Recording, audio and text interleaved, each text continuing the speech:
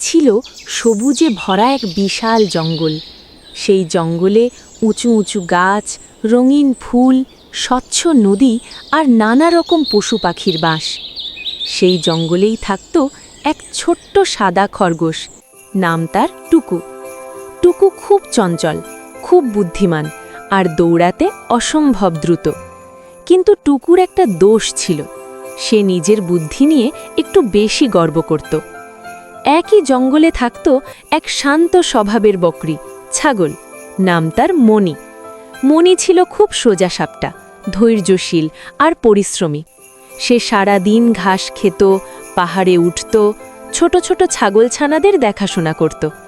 মণি খুব জোরে দৌড়াতে পারত না, কিন্তু তার মনটা ছিল খুব বড়। প্রথম দেখা। একদিন সকালে টুকু দৌড়াতে দৌড়াতে জঙ্গলের ভেতরে ঢুকে পড়ল। হঠাৎ সে দেখল একা একা ঘাস খাচ্ছে মণি। টুকু হেসে বলল, এই বকরি, সারাদিন শুধু ঘাস খাও নাকি? দৌড়ঝাঁপ কিছু করো না? মণি শান্তভাবে বলল, সবাই সবার মতো না বন্ধু, কেউ দৌড়ায়, কেউ ধীরে চলে, তাতেই তো জঙ্গল সুন্দর। টুকু প্রথমে একটু অবাক হল, কেউ তার কথা শুনে রাগ করেনি।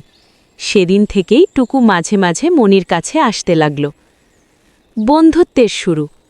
কয়েকদিনের মধ্যেই টুকু আর মণি ভালো বন্ধু হয়ে গেল।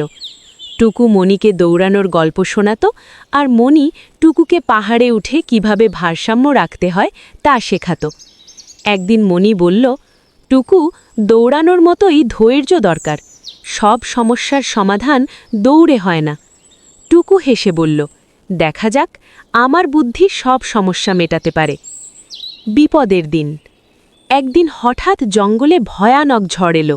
আকাশ কালো হয়ে গেল, বৃষ্টি নামল, নদীর পানি বাড়তে লাগল। টুকু দৌড়াতে দৌড়াতে হঠাৎ দেখল তার গর্তে পানি ঢুকে পড়ছে। সে ভয় পেয়ে গেল। এখন কি করব? টুকু কাঁপতে কাঁপতে বলল। সে ছুটে গেল মণির কাছে। মণি তখন পাহাড়ের ঢালে দাঁড়িয়ে। মণি বলল, ভয় পেও না বন্ধু, আমার সাথে উপরে উঠে এসো। টুকু ভাবল, আমি তো দৌড়াতে পারি, কিন্তু পাহাড়ে উঠতে পারি না।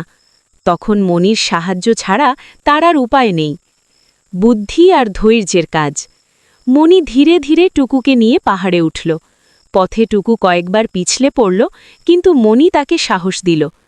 উপরে উঠে তারা দেখল নিচে পুরো জঙ্গল পানিতে ভরে গেছে। টুকু মাথা নিচু করে বলল, মণি, আজ বুঝলাম শুধু দৌড়ালেই সব হয় না। মণি হাসল, আর আমি বুঝলাম বন্ধু থাকলে বিপদ সহজ হয়। নতুন বিপদ। পরদিন বৃষ্টি থামল, কিন্তু নতুন বিপদ এলো। জঙ্গলে ঢুকে পড়ল এক চালাক নেকড়ে। সে সুযোগ খুঁজছিল কাকে খাবে।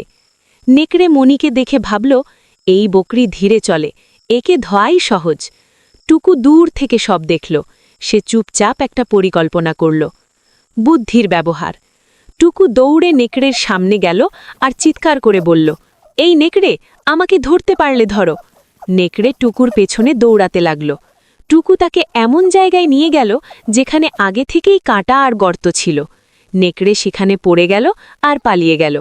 মণি অবাক হয়ে বলল, তোমার বুদ্ধি আজ আমাদের বাঁচালো। টুকু বলল, আর তোমার ধৈর্য আমাকে আগের দিন বাঁচিয়েছিল। সত্যিকারের শিক্ষা। সেই দিন থেকে টুকু আর কখনো নিজের বুদ্ধি নিয়ে অহংকার করেনি। আর মণি বুঝল, সবাই আলাদা গুণ নিয়ে জন্মায়। জঙ্গলের সবাই তাদের বন্ধুত্বের কথা শুনে বলতো, একসাথে থাকলে দুর্বলও শক্তিশালী হয়। গল্পের শিক্ষা। বন্ধুত্ব মানে একে অপরের গুণকে সম্মান করা। বুদ্ধি আর ধৈর্য একসাথে থাকলে সব বিপদ পার করা যায়। অহংকার নয়, সহযোগিতাই আসল শক্তি।